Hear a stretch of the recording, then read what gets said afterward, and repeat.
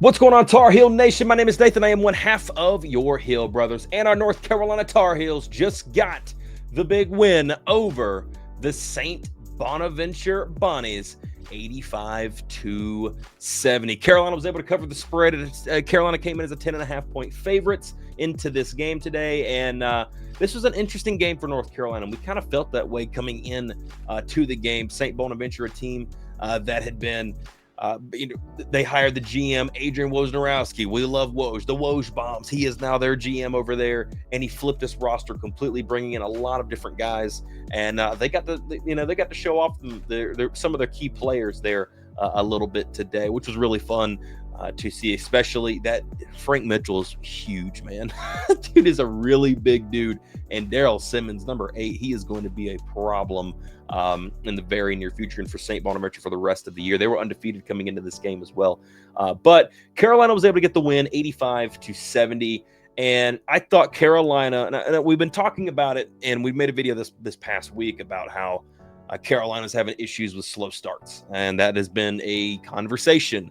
After the Navy game, there was a players only meeting that was called, that they talked about this, and they're really kind of getting on each other, trying to make sure that they're getting that right. And tonight, I felt like tonight they came out moving the ball. I put out a tweet earlier in the day, or early in the game, where Carolina was just moving the ball effortlessly. It was beautiful to watch them as they were able to move the ball consistently, finding open shooters, and they were just scoring at will. 9-0 run to start the game. But then St. Bonaventure kind of settled down a little bit. They started to attack defensively. They started to, move the ball their own way.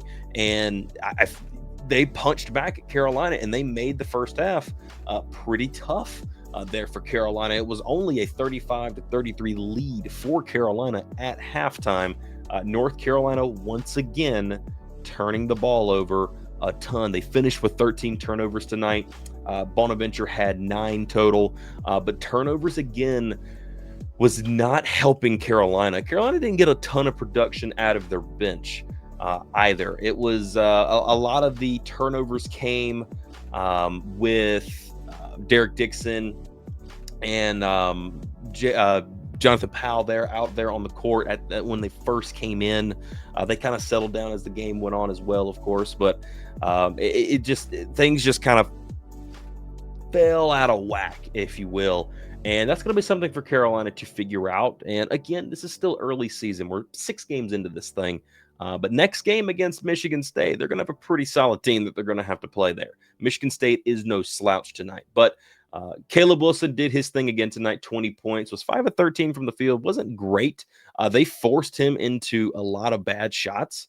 And he took some jumpers that they were a little questionable at times, but still within the flow of his game, if you will, still in that category. He was 10 from 10 from the free throw line, which is great. Carolina, shot a little bit better at free throw line tonight, 78%. So, we saw them in those high 60s, low 70s, maybe mid 70s now, being at 78%. Hopefully that continues to trend upward, because we're going to need that.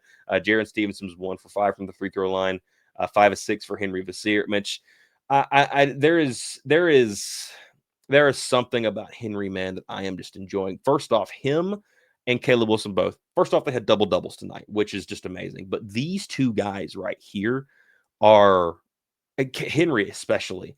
Henry is playing with a grit and a tenacity, and he's able to play at times as a big man, but he's also able to play with some finesse at times as well. As we saw, it was one of the layups I think it was to start the game. Or maybe it was during the St. Bonaventure run where Henry was able to get the ball, and he was going for, it looked like he was kind of going for a dunk, and he kind of got knocked off a little bit unbalanced, and he was able to take the ball, switch it to his left hand, and up under the basket was able to come around and make the layup. It's just beautiful to see him move, man. Once again, him and Caleb have such a chemistry on the court that is just amazing to watch, dude. And I really enjoyed that a lot. I felt like the guards played better defense, or Kyan Evans. I felt like he played some really good defense tonight. There were some times, man, they just made shots that are tough, man, and that's what's going to make number 8, that Daryl Simmons kid. That's what's going to make him a legit problem for teams that have to face him, because he's just a really good guard. He's undersized, but boy, he's just a good guard. He's a shooter and he's fast.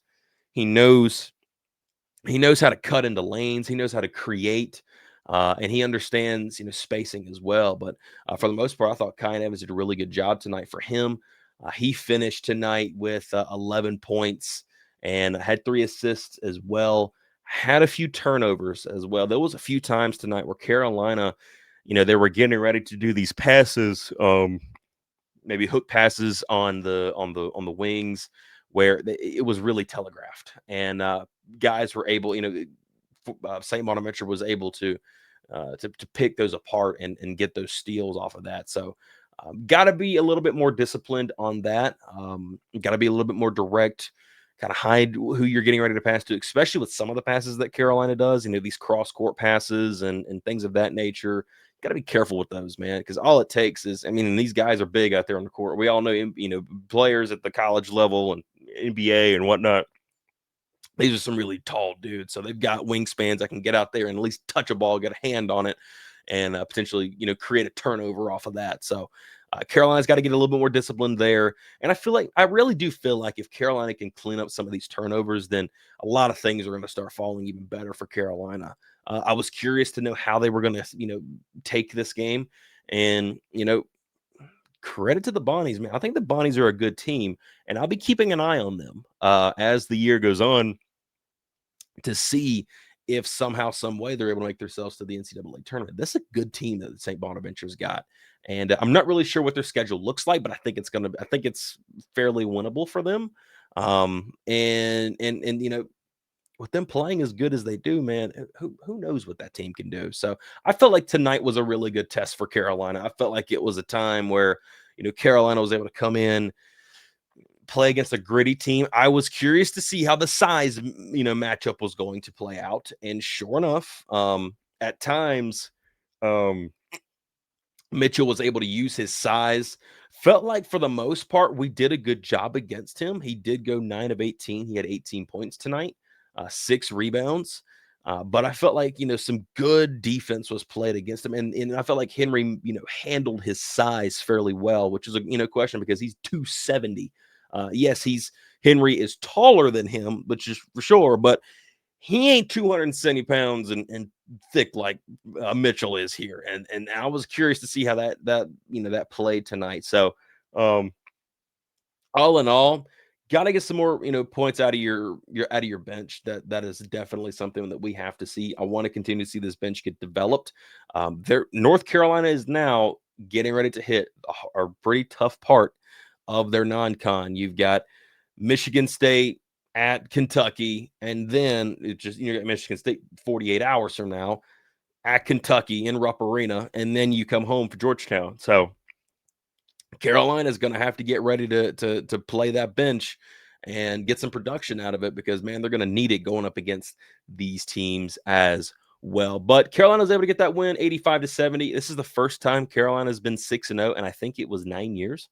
I did not know that stat. That is something that was baffling to me when I heard them talk about it. But they're able to go down to Fort Myers, win the first matchup down there. Can they get the sweep down there and come back 2-0 from Fort Myers? I'll be curious to see. We'll talk about that game tomorrow. Thank you all for watching. Thank you all for being here. Let me know what you guys think down there about the North Carolina Tar Heels going up against the Bonnies. How do you feel? And also, if you will, since Christmas is coming up pretty soon, go over to Instagram and get in on our K-Bar Soap Christmas giveaway. The only thing you have to do is just go like the post and then go follow K-Bar Soap on Instagram. We will be doing a live giveaway. We'll announce the winner live December the 1st, and all the stuff you see on that graphic is what you will get. Be sure to go look at the post. It'll tell you each and everything there, and we want to see you guys get in there. It's a really good time, and you're going to win some really cool stuff. And you're getting products from a former Marine, a vet, and a guy that just wants to give back to fellow vets. He partners with other vets all the time with his company. He's a great sponsor of us, and we really appreciate that. if you would go over there and support him. Thank you all for watching. Thank you all for being here. And as always, go Heels.